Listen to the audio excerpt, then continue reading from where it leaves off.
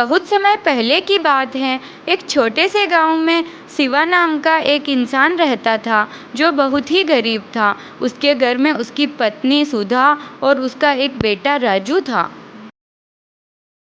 वह गांव के एक सेठ हरिजन के यहाँ लकड़ियां काटकर अपने घर का खर्चा चलाता था। हरिजन के यहाँ शिवा के अलावा दूसरे बहुत सारे लोग भी काम करते थे, लेकिन किसी को भी उनके काम के अनुसार तनख्वाह नहीं मिलती थी, क्योंकि हरिजन सेठ बहुत ही कंजूस था और वह लोगों के पैसे काट लेता था।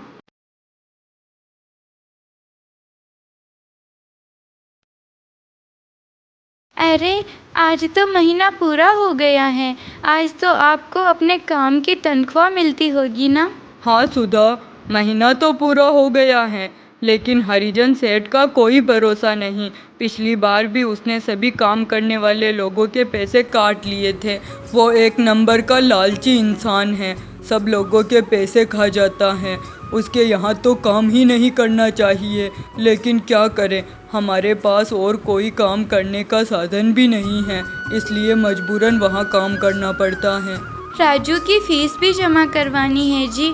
अगर आज हमने राजू की फीस जमा नहीं करवाई तो उसकी स्कूल टीचर उसको स्कूल से बाहर निकाल देगी। फिर हमारा बच्चा भी हमारी तरह ही मजदूरी करके अपना पेट भरेगा। अगर उसकी फीस जमा हो गई तो वह पढ़ लिख कर बड़ा आदमी बन सकता है। तुम शाम तक रुको सुधा, हो सकता है कि आज सेठ पैसे दे दे तो हम राजू के स्कूल की फीस जमा करवा देंगे। अरे भाई, आज तो मैं इसी उम्मीद में आया हूँ कि सेठ हमें तनख्वाह देगा। घर पे खाने का राशन नहीं है, बच्चों के स्कूल की फ़ीस जमा करवानी है और घर में बूढ़ी माँ बीमार है, उसका इलाज भी करवाना है। हाँ भाई, हाल तो मेरे भी यही है, लेकिन क्या करें, पिछली बार की तरह अगर सेठ ने फिर से हमारी तनख्वाह काट ली तो। मुझे पिछली बार सेठ ने यह कहकर पैसे कम दिए कि मैंने बीच में छुट्टी ली थी, लेकिन मैंने इतनी ज़्यादा भी छुट्टियाँ नहीं ली थी जितने पैसे उसने काटे। हाँ भाई, मैं भी अपनी माँ का इलाज करने के लिए सेठ से 200 रुपये लेकर गया था। उसने कहा कि ये 200 रुपये का ब्याज जुड़कर पूरे 2000 रुपये हो गए, इसलिए मुझे बिल्कुल भी पैसे नहीं दिए थे। अरे भाई, अब मेरी तो क्या ही बताऊँ, मुझे तो बिना किसी बात के ही पैसे नहीं दिए थे। सेठ ने बोला कि लकड़ियाँ सस्ती बिकी हैं तो मेरे पास पैसे नहीं हैं। भगवान करे आज सभी को अपने अपने हिस्से के पैसे बराबर मिल जाए। फिर वे सभी लोग आपस में मिलकर सेठ के घर के अंदर जाते हैं। सेठ जी, आज महीना पूरा हो गया है, हम सभी को अपने अपने काम की तनख्वाह चाहिए। अरे, सुबह सुबह कोई पैसे देने का समय होता है क्या? आ गए मुंह उठा के। थोड़ा बहुत काम भी किया या नहीं, या फिर पैसों के चक्कर में ऐसे ही खड़े हो? महीने का अंतिम दिन है, काम का नहीं। काम तो तुम्हें रोज की तरह आज भी करना है। अगर तुम लोगों ने आज थोड़ा सा भी आराम किया या काम कम किया तो तुम्हारे सारे पैसे काट लिए जाएंगे। इस बार मेरा थोड़ा व्यापार में घाटा हुआ है, इसलिए सभी को कम कम पैसे ही मिलेंगे। अपने हिसाब से अपना खर्चा चला लेना। सेठ हरिजन इस तरह बहाना बनाकर सभी लोगों को उनकी तनख्वाह का कुछ एक भाग ही देता है, बाकी पैसे अपनी तिजोरी में रख लेता है। उस दिन के बाद शिवा हरिजन के यहाँ काम करने गया ही नहीं। उसने अपनी पत्नी से कहा कि वह बहुत जल्द ही कुछ और काम ढूंढ लेगा, लेकिन हरिजन के यहाँ कभी काम नहीं करेगा। इसके बाद शिवा काम की तलाश में बाजार की ओर चला जाता है। वहाँ पर अनेक दुकानों पर अनेक व्यापारी बैठे हुए थे। उनसे शिवा ने काम मांगा, लेकिन किसी ने भी हाँ नहीं भरी, और अगर किसी ने भरी भी तो बस कम पैसे देने पर। इसके बाद शिवा ने खेती करने का निर्णय लिया और अपने बैलों को लेकर अपने खेत की तरफ निकल पड़ा। शिवा की जमीन पर काफ़ी सालों से खेती नहीं हुई थी, इस कारण जमीन बंजर सी हो गई थी। उस पर खेती करना बहुत ही कठिन था, लेकिन फिर भी शिवा ने हार नहीं मानी और दिन रात उसी बंजर जमीन पर मेहनत करना शुरू किया। धीरे धीरे उसकी फसल बड़ी होने लगी थी, जिसे देखकर वह बहुत ही खुश था। लेकिन उससे कई गुना ज़्यादा अच्छी फसल उसके पड़ोसी मदन की होती थी, जिसे देखकर शिवा को बहुत ही ईर्ष्या का भाव उत्पन्न होता। सुधा, मैं पूरे दिन खेत पर मेहनत करता हूँ, फिर भी मुझसे कई गुना ज़्यादा अच्छी फसल मदन की होती है। यह कैसे हो सकता है? मुझे यह बिल्कुल भी अच्छा नहीं लगता। अरे, मदन की फसल अच्छी होती है तो उससे हमारी फसल पर कोई प्रभाव थोड़ी ना पड़ता है। आप उसकी चिंता क्यों करते हैं? यह सोचकर खुश रहिए कि हमारी फसल भी इस बार अच्छी है। ऐसी बंजर भूमि पर अच्छी फसल होना कहाँ संभव है, लेकिन आपने नामुमकिन को मुमकिन कर दिखाया है। तभी गांव में अचानक से बारिश शुरू हो गई और जोर जोर से बिजलियां कड़कने लगी। यह बारिश रुकने का नाम नहीं ले रही थी। पिछले 6-7 दिनों से लगातार हो रही थी। इस कारण पूरे गांव में सभी जगह पानी ही पानी छा गया। खेतों में सारी फसलें पानी के अंदर डूबने से नष्ट हो गई। उनमें से कुछ फसलें शिवा की भी थी, जिसे देखकर वह बहुत ही परेशान हो गया। अब हमारे खेत में कुछ नहीं बचा सुधा। सारी फसलें बारिश आने की वजह से डूब गई और बर्बाद हो गई। मैं कहीं का नहीं रहा सुधा, कहीं का नहीं। शिवा और सुधा घर के बाहर परेशान होकर बैठे थे। तभी अचानक एक साधु बाबा उनके घर के बाहर आते हैं और सुधा से कहते हैं, अरे बेटा, बहुत जोर से प्यास लगी है, क्या तुम मुझे थोड़ा सा पानी पिलाओगी? हाँ बाबा, क्यों नहीं, भला पानी के लिए कौन मना करता है। मैं अभी लेकर आती हूँ, आप थोड़ा यहीं रुकिए। अरे बेटा, तुम यहाँ उदास होकर क्यों बैठे हो? ऐसी भी क्या समस्या आन पड़ी है? बाबा, उदास नहीं रहूँ तो क्या करूँ? बारिश की वजह से मेरी सारी फसल बर्बाद हो गई। अब क्या करूँ? किस्मत साथ नहीं दे रही है। घर में खाने का दाना भी नहीं है और बच्चे के स्कूल की फीस भी जमा करवानी है। ऐसे किस्मत को कोसने से कुछ नहीं होगा बेटा। हमें अपनी मेहनत और कर्म करते रहना है।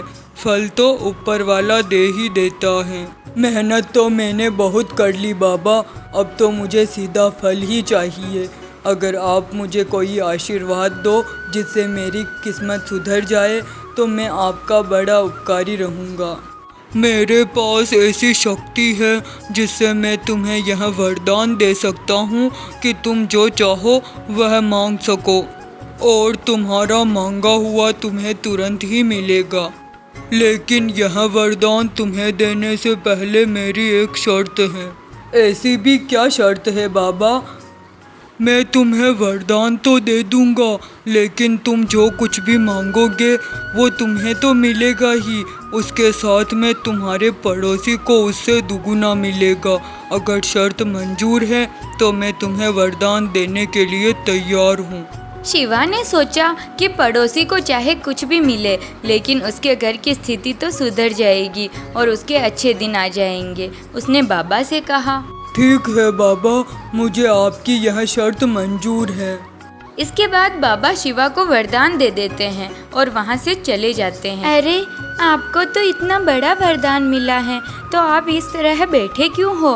क्यों न उस वरदान को आजमाया जाए कि सच में ऐसा होता है या नहीं। बात तो तुम्हारी सही है। ठीक है, मैं भगवान से कुछ मांग कर देखता हूँ। हे भगवान, बारिश की वजह से मेरी जो फसल बर्बाद हुई है वह फिर से मेरे खेत में हरी भरी हो जाए। इस तरह का वरदान मांगकर वे दोनों पति पत्नी अपने खेत की तरफ फसल को देखने के लिए जाते हैं। उन्हें अपने खेत का नज़ारा देखकर बिल्कुल भी विश्वास नहीं होता कि जो फसल उनके खेत में पानी की वजह से बिल्कुल बर्बाद हो गई थी वह फिर से खड़ी थी और लहरा रही थी। सुधा, यह तो बिल्कुल जादू ही हो गया। ऐसा चमत्कार तो मैंने कभी नहीं देखा। अब तो हमें ऐसा वरदान मिला है कि हम अपने आगे की जिंदगी खुशी खुशी बिता सकते हैं। तभी शिवा ने गांव के कुछ लोगों को बातें करते हुए सुना। अरे हीरा, तुझे पता है कि मदन के खेत में कितनी अच्छी फसल उगी है? अभी कल परसों तो उसके खेत में सारी फसल बर्बाद हो गई थी। आज अचानक पता नहीं क्या जादू हो गया कि उसके खेत में इतनी फसल है जितनी गांव में किसी के भी पास नहीं है। ऐसी बातें सुनकर शिवा को बाबा की वह बात याद आ गई जब बाबा ने कहा था कि उसे जो मिलेगा उससे दुगुना उसके पड़ोसी को मिलेगा। मदन शिवा का ही पड़ोसी था जिसके खेत में मदन से दुगनी फसल उगाई थी। सुनिए जी, आपने फसल तो मांग ली, अब हमारे लिए एक अच्छा सा बड़ा घर मांग लीजिए ताकि हमें इस टूटे फूटे छप्पर के नीचे नहीं रहना पड़े। हे भगवान, मेरे पास एक बड़ा सा और अच्छा सा घर आ जाए। यह कहकर शिवा ने अपनी आंखें खोली तो वह एक बहुत ही महंगे और बड़े घर में खड़ा था। तभी बाहर से कुछ आवाज़ें आई और शिवा और सुधा बाहर गए। शिवा अपने घर के बाहर गया तो उसे अपनी आंखों पर विश्वास नहीं हुआ। उसने देखा कि मदन के घर के बाहर पूरे गांव वाले खड़े हैं और उसके घर की प्रशंसा कर रहे हैं कि उसके पास इतना बड़ा घर आ गया। मदन की पत्नी अब महारानी बन चुकी थी, इस कारण वह घर से बाहर ही नहीं आती हैं। यह देखकर शिवा को बहुत ही ज़्यादा जलन होने लगी। उसने सोचा कि वह अब कुछ उल्टा करेगा जिससे उसका तो नुकसान हो लेकिन मदन का नुकसान दुगुना हो। उसने भगवान से वरदान मांगा कि उसकी एक आंख फूट जाए और सच में उसकी एक आंख फूट गई। इधर मदन की दोनों आंखें फूट गई थी, वह बिल्कुल अंधा हो गया, जिसे देखकर शिवा बहुत ही खुश हुआ। अरे, ये मदन को नुकसान पहुंचाने के चक्कर में आपने अपने साथ ये क्या कर दिया? यह नहीं करना चाहिए था आपको। हे भगवान, मैं गड्ढे में गिर जाऊं और अधमरा हो जाऊं। अरे बालक, तुम ये सब क्या कर रहे हो?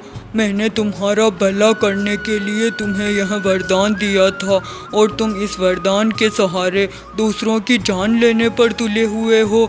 अगर तुम अधमरे होगे तो तुम्हारा पड़ोसी पूरी तरह से मर जाएगा और यह मैं सहन नहीं कर सकता। मैं अपना वरदान वापस ले लूँगा। माफ़ कीजिए बाबा, मुझसे गलती हो गई, आगे से ऐसा नहीं करूँगा। पता नहीं मैंने क्रोध में आकर क्या क्या कर दिया, आप मुझे माफ़ कर दीजिए।